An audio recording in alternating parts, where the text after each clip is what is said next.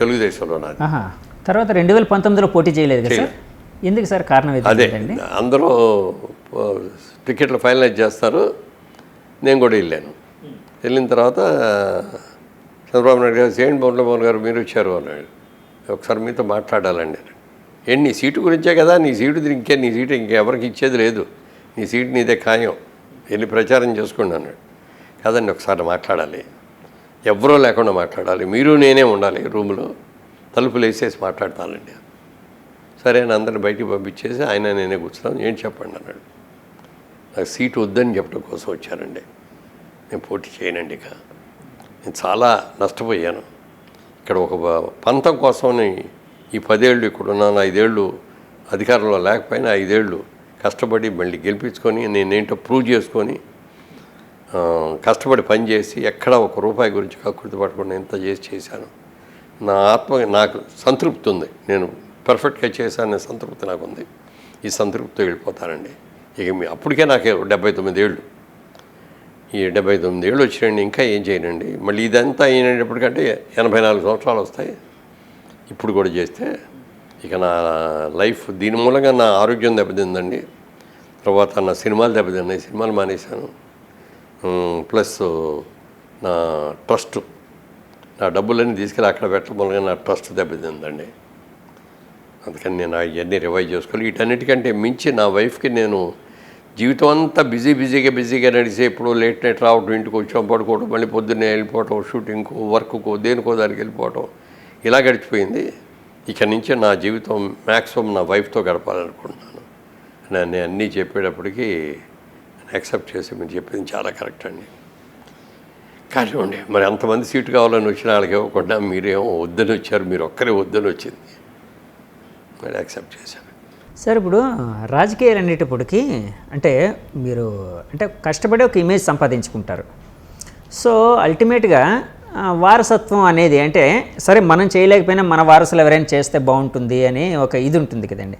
అలాగే మీ అబ్బాయి గారిను ఇంకోరినో ఎందుకు అక్కడ పెట్టలేదు మీరు? అంటే అడుగుంటే అయ్యేది కదా, చంద్రబాబు గారు వెంటనే ఒప్పుకునేవారు కదా. డిఫరెంట్గా ఇచ్చేవారు. నేను అడగకపోయినా నేను సరే అని చెప్పి నన్ను వదిలేసి మళ్ళీ ఇంకెవరో అని రకరకాలు చూస్తే ఎవరో కుదరలా. మళ్ళీ ఫోన్ చేసి మురళీమోహన్ గారు మీరు అని అన్నారు కదా, ఓకే మీ కోడల్ని పంపించండి రూపా గారిని అని చెప్పి అంటే కూడా ఏమన్నా నేను చేస్తే ఒకటి ఆవిడ చేస్తే ఒకటి వద్దండి అన్న. మళ్ళీ పిలిచి గట్టిగా బలవంతం చేసి కన్విన్స్ చేసి ఆవిడ నిలబెట్టారు. కానీ మొన్న ఆ వేవ్లో కొట్టుకుపోయి. సార్ ఇప్పుడు మీరు రాజకీయాలకు చాలా దూరంగా ఉంటున్నారు కదండి, ఎందుకు సార్? అంటే బయట కొన్ని నేను విన్నవి అంటే చిన్న క్లారిఫికేషన్ కోసం, ఇది మిమ్మల్ని ఇబ్బంది పెట్టేదని కాదు. చంద్రబాబు నాయుడు గారికి మురళీమోహన్ గారికి పొరపచ్చాలు వచ్చాయి, అంటే దూరం పెరిగింది. సో మురళీమోహన్ గారు ఆ విధంగానే టీడీపీ పార్టీకి దూరంగా ఉంటున్నారు, రాజకీయాలకు దూరంగా ఉంటున్నారు. ఇంకా లేదు బయట కొన్ని ఆలోచనలు అంటే కొన్ని కామెంట్స్, మురళీమోహన్ గారు వేరే పార్టీలో చేరబోతున్నారు, అందుకే టీడీపీతో దూరంగా ఉంటున్నారు, ఇలా అని రకరకాల కామెంట్స్ వినిపిస్తున్నాయి. దీని మీద మీ క్లారిఫికేషన్ ఏంటి సార్? 100% రాంగ్ అండి అది. నాకు చంద్రబాబు నాయుడు గారికి మధ్య నాట్ ఈవెన్ సింగిల్ అభిప్రాయ భేదం కూడా లేదు. చాలా ఇప్పటికీ అదే అండర్స్టాండింగ్, ఆయన అదే గౌరవిస్తాడు, ఒక సీనియర్ ఆర్టిస్ట్కి గౌరవిస్తాడు, పార్టీకి మొదటి నుంచి పార్టీకి సేవ చేసిన కార్యకర్తగా నాకు విలువ ఇస్తారు. అవన్నీ బాగానే ఉన్నాయి. నాకు కుదరక నేను చేయలేనండి అని చెప్పి వచ్చేసాను తప్ప ఇంకోటి కాదు. ఇంకో పార్టీ మారి ఆ పార్టీలోకి వెళ్దామని నేను బతుకున్నంత వరకు తెలుగుదేశమే, ఇంకో పార్టీలోకి వెళ్ళను. చేస్తే ఆ పార్టీకి వెళ్ళి ప్రచారం చేసి వస్తాను, మళ్ళీ ఏమైనా పాటలు రికార్డింగ్లు ఏమైనా చేయమంటే చేసి ఇప్పుడు అవసరం అయితే చేస్తాను. అంతవరకు పోటీ చేయటం మాత్రం. పోటీ అనేది ప్రత్యక్ష రాజకీయాల్లో పోటీ అనేది ఉండదు, పరోక్ష రాజకీయాలు ఉంటాయి సార్. అంటే రాజ్యసభ ఇలాంటివి ఏమైనా అలాంటివి కూడా వద్దనుకున్నాయి, రాజకీయ పరంగా వద్దనుకున్నా. నాకు ఏదన్నా ఎప్పుడైనా అవకాశం కుదిరి ఏ తిరుపతి దేవస్థానం నాడితో చైర్మన్ ఇస్తారంటే అదొక్కటే అడుగుతాను నేను. ఆ కోరిక మీకు అంతకుముందు కూడా అనుకున్నారు కదండి, అప్పట్లో టీడీపీ గవర్నమెంట్ ఏర్పడిన తర్వాత చాలామంది అసలు కన్ఫర్మ్ అయిపోయిందని చెప్పి కూడా అన్నారు చాలామంది. పేపర్స్ అన్నింటిలోనూ ఎలక్ట్రానిక్ మీడియా అన్నింటిలో కూడా వచ్చేసింది. కుదరకపోయేసరికి ఏమైనా చిన్న డిసప్పాయింట్మెంట్ ఏమైనా ఉంటుంది కదా, లేకుండా ఎట్లా ఉంటుంది. కాకపోతే అంటే ఆయన కన్విన్సింగ్గా చెప్పారు నాకు.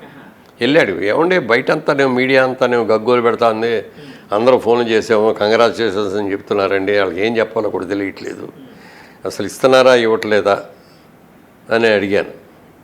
అడిగితే మురళీమోహన్ గారు చాలామంది అడుగుతున్న మాట వాస్తవం, మీకున్నంత సీనియారిటీ కానీ ఇది కానీ ఇంక మిగిలాళ్ళకి లేదు, అయినా ఇవ్వటం అంటూ జరిగితే మీకే ఇవ్వాలి నేను, కానీ మీకు పదవి ఉంది, మీకు పదవిలో ఉన్నారు, పదవి లేకుండా ఉన్నవాళ్ళు చాలామంది ఉన్నారు, ఎమ్మెల్యేగా గెలవక ఎంపీగా గెలవకుండా ఉన్నవాళ్ళు చాలామంది ఉంటారు, మరి అలాంటి వాళ్ళకి ఏదో ఒకటి కల్పించాలి కదా, అందుకని ఎమ్మెల్యేలకి ఎంపీలకి దీంట్లో ఇవ్వకూడదు, నామినేటెడ్ పోస్టులో ఇవ్వకూడదు అనేది ఒక నిర్ణయంగా పెట్టుకొని పాలసీగా అన్నారు.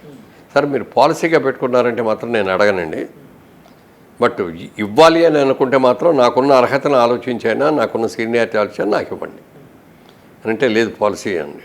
పాలసీ అయితే నో రిగ్రెట్స్ అని వచ్చేసి వచ్చాం. బయటికి వెళ్ళగానే ప్రసాద్ ఏమన్నా కన్ఫర్మ్ అయిందా అంటారు, లేదా ఇట్లా చంద్రబాబు నాయుడు గారు ఇలా పాలసీ అన్నారు, అందుకని నేను వెంటనే వచ్చి అయితే మీ పాలసీని విడి బయటికి రావద్దండి, మీరు అనుకున్న ప్రకారమే చేయండి. సార్ తిరుపతి అది ఎందుకు సార్ మీకు ఉండిపోయింది అంటే వెంకటేశ్వర స్వామి మీద భక్తి అండి, ఆయన మీద భక్తి అండి? చిన్నప్పటి నుంచి కూడా వెంకటేశ్వర స్వామి అంటే భక్తి, నాకు బాగా భక్తికి మామూలుగా మా అమ్మగారు చిన్నప్పటి నుంచి మాకు భక్తి నేర్పారు. పొద్దున్నే ఎలా దండం పెట్టుకోవాలి, రాత్రి కూడా పడుకునేప్పుడు ఎలా పెట్టాలి, ఎలా పూజ చేయాలి. ఇప్పటికీ పూజ చేయకుండా నేను బయటికి రాను, రోజు ఒక గంట సేపు చేస్తాను పూజ. తెల్లారుదామున 5 గంటలకు ఫ్లైట్కి వెళ్ళాలంటే 2:30కే నిద్ర లేచి స్నానం చేసి పూజ చేసుకొని అప్పుడే బయటికి ఎయిర్పోర్ట్కి వెళ్తాను. అందుకని స్వామివారికి సేవ చేసుకుందామని, అదేదో పెద్ద నాకు అధికారం ఇచ్చేసి నేనేదో ఇదవుదామని కాదు. అంటే ఆ పేరు మీద అవకాశం వచ్చి చైర్మన్ ఇచ్చారనుకోండి, అక్కడే ఉంటాం కదా, వెళ్ళి కాపురమైన తిరుపతిలో పెట్టేస్తాం. రోజు ఉదయం సాయంత్రం దేవుడిని దర్శనం చేసుకుంటూ దేవుడి కార్యక్రమాలు చేసుకుంటూ దేవుడి అవినీతి జరగనివ్వకుండా ఎక్కడా రూపాయి కక్కుర్తిపడకుండా అలా చేద్దామని అనుకున్నాను. సార్ ఇప్పుడు టీటీడీ విషయంలోని చాలా అంటే భక్తుల మనోభావాలు చాలాసార్లు దెబ్బతింటున్నట్టు రకరకాల కథనాలు వస్తూ ఉన్నాయండి. అలాంటివి చూసినప్పుడు మీకేమనిపిస్తుంది ఒక భక్తుడిగా, అంటే పొలిటీషియన్గా కాదు, ఒక భక్తుడిగా ఏమనిపిస్తుంది? ఇప్పుడు ఇంకోళ్ళని కామెంట్ చేయటం నా వంతు కాదు, కానీ నాకు గనక అవకాశం పెడితే అందరూ సాటిస్ఫై అయ్యేటట్టుగా చేసి ఉండేవాడు. సో ఈ గవర్నమెంట్ వచ్చిన తర్వాత అవి ఎక్కువ అయ్యాయి, జగన్ గారు గవర్నమెంట్ వచ్చిన తర్వాత ఎక్కువ అయ్యాయి అనేది బయట అంటే ప్రతిపక్షాలనే కాదు, అంటే రకరకాల ఇవైతే అనుకునేవాళ్ళు అనుకుంటారులేండి. సో అందులో ఎంతవరకు నిజం ఉందంటారు సార్? ఏమి చెప్పలేదు, మాకు తెలియదు కదా, అంత ఇంటర్నల్గా వెళ్ళాం కదా. ఇప్పుడు చైర్మన్గా చేస్తాను సుబ్బారెడ్డి గారు నాకు ఫ్రెండ్, మంచి ఫ్రెండ్. వైవి సుబ్బారెడ్డి గారు బాగా ఫ్రెండ్ అండి. ఇక్కడ మేము చేస్తున్న శిల్పారామం పక్కన చేసిన వెంచరు ల్యాండ్ ఆయన దగ్గర ఇచ్చా కొన్నాం మేము. ఆ రోజుల్లో మాకు చాలా రీజనబుల్గా ఇచ్చాడు, ఒకేసారి పేమెంట్ కాకుండా అంచెలంచెలుగా డెవలప్ అవుతుంది, ఇన్స్టాల్మెంట్గా కట్టేటట్టు చేశాడు. ఇప్పటికీ బాగా ఉంటాం మేమిద్దరం. ఆయన వైఫ్ కూడా మాకు చాలా భక్తురాలు ఆవిడ. మేమందరం అయ్యప్ప స్వామి మాల వేసుకోవటం, అయ్యప్ప స్వామికి వెళ్ళటం, తర్వాత వాళ్ళ ఇంట్లో ప్రతిసారి కూడా ఇంట్లో పూజ చేసి మా అందరికీ కూడా భిక్ష పెట్టడం, ఇవన్నీ కూడా బాగా క్లోజ్గా ఉంటాం. అయ్యప్ప మాల అంటే గుర్తొచ్చింది సార్, యాక్చువల్గా మన ఇండస్ట్రీలో అయ్యప్ప మాల వేసుకునేవారు హీరోల్లోని మీరు ఒకరు ప్రముఖ వ్యక్తి అండి. మీరు, చిరంజీవి గారు, ఇంకా రాజేంద్ర ప్రసాద్ గారు, శరత్ బాబు గారు, ఇలా కొంతమంది ఉన్నారు. జగపతి రాజేంద్ర ప్రసాద్ గారు, ప్రభాకర్ రెడ్డి గారు ఆ రోజుల్లో అంటే అది ఒక సెంటిమెంట్గా డెవలప్ చేసుకుని వేసుకున్నారా సార్ ఫస్ట్? అంటే మీకు అది వేసుకుంటే ముందు ఒక క్రమశిక్షణ అండి. దాంతో అనేటప్పటికీ కోపాలరావు మామూలుగా మాట్లాడటం, అందరితో చల్లగా మాట్లాడటం, చెడు మాటలు మాట్లాడకూడదు, ఆవేశాలకు వెళ్ళకూడదు, కామ్గా ఉండాలి, నేల మీద పడుకోవాలి, సద్దిన స్నానం చేయాలి, చెప్పులు లేకుండా నడవాలి, సాత్విక ఆహారమే తీసుకోవాలి. ఇవన్నీ కూడా మంచి అలవాట్లు, అవి ఆరోగ్యానికి సంబంధించిన అలవాట్లు. అవన్నీ సిస్టమేటిక్గా చేసేవాడిని. 42 రోజులు కంపల్సరిగా, కొంతమంది వారం రోజులు వేసి వాళ్ళు తీసేటట్టు ఎట్లాంటివి చేస్తారు. నేను 33 సార్లు వేసాను. ఈ 33 సార్లు ఒక్కటి కూడా 10 రోజులు 15 రోజులు అనేది చేయలే, ఫుల్గా చేశాను.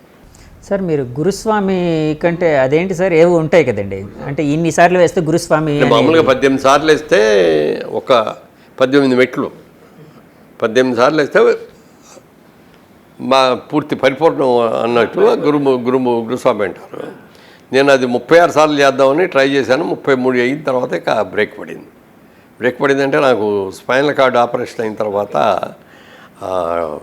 అక్కడికి డోలీలో వెళ్దామని వెళ్ళాను. ఆ డోలీలో వెళ్ళినప్పుడు మొదటిసారి బాగానే ఉంది, కానీ రెండోసారి వెళ్ళినప్పుడు ఏంటంటే వేరే కొత్త రోడ్డు వేశారు. ఆ రోడ్డు బాగా స్టీప్గా ఉంటుంది, దాని మీద డోలీలు ఎక్కించుకొని పరిగెడతారనమాట వాళ్ళు, అది ఆ స్పీడ్కి తట్టుకోవడానికి.